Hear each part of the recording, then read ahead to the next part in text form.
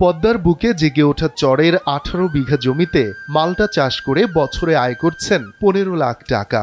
একসময় পেয়ারা ও কলার চাষ করেছিলেন এই কৃষি উদ্যোক্তা, কিন্তু দফায় দফায় লোকসানে হয়ে পড়েন দিশেহারা। যদিও হাল ছেড়ে না দিয়ে দেশি মালটা চাষ শুরু করেন তিনি, আর এতেই বাজিমাত করলেন এই উদ্যোক্তা। এখন তাকে ঘিরে রচিত হয়েছে পদ্মার চরে সাফল্যের গল্প।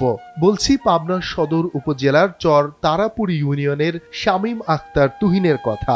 দেশি জাতের মালটা চাষ করে যিনি এখন দেখছেন ভাগ্য বদলের হাতছানি।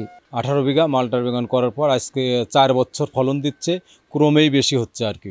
তো আমার কাছে খুব ভালো লাগতেছে, কারণ আমার যদি এখন 15 লক্ষ টাকা খরচ হয়, যদি ভালোভাবে বেচতে পারি 30-40 লাখ টাকা আমার আসবে, তাহলে আমি যদি বছরে 20 লাখ টাকাও ইনকাম করতে পারি।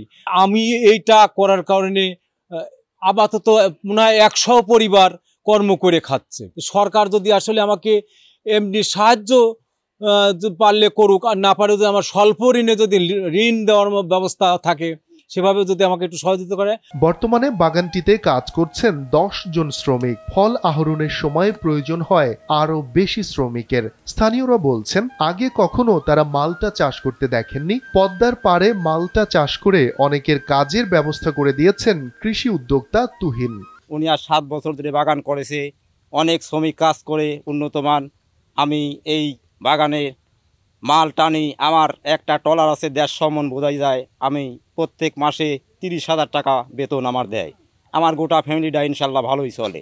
এরকম যদি 2-4 জন এরকম প্রতিষ্ঠান করতে, তাহলে আমাদের দেশে আজকে উন্নতমান আমরা চলতে পারতাম, নিজের পায়ে দাঁড়াতে পারতাম। আমরা গরিব শ্রমিক হিসাবে আমরা কাজকাম করে খাই, আমরাও সুখী, উনিও সুখী।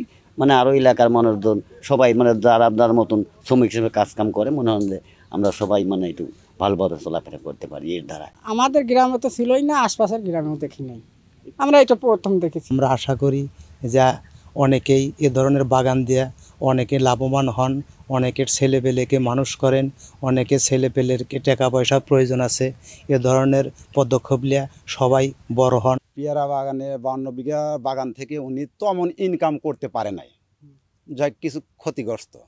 উনি পেয়ারা বাগান ডিলিট করে দেওয়ার পর মালটার চাষের জন্য নামলো। গত 5 বছর ধরে আমরা বিক্রি করতেছি। গত বছর আমরা এই 17 বিঘার বাগান থেকে আমরা 45 লাখ ইনকাম করছি।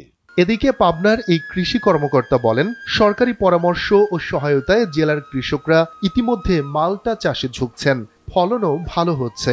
বাজারে বিদ্যমান মালটার চেয়ে দেশি মালটা যে কোনো অংশে কম নয়, সেটাও বললেন তিনি।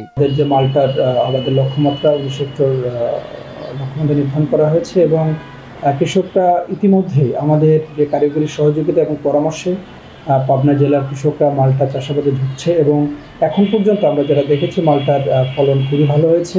বাজারে যে মালটাগুলো পাওয়া যাচ্ছে, এবং আমরা চাষিদেরকে যে বাড়ি মালটা এক চাষাবাদ করার জন্য পরামর্শ দিয়েছি, এই মালটার চেয়ে আসলে বাজারের মালটার চেয়ে স্বাদে, গন্ধে, রসে এবং মিষ্টতায় কোনো অংশে কম নয়। তো কৃষকরা এই মালটা চাষ করে তারা খুবই খুশি, এবং এই মুহূর্তে তারা বাজারে যে মূল্যটা পাচ্ছে, তারা আর্থিকভাবে লাভবান হচ্ছে, এবং আমরা আশাবাদী আগামীতে আমাদের পাবনা জেলায় মালটার চাষ সম্প্রসারণ হবে।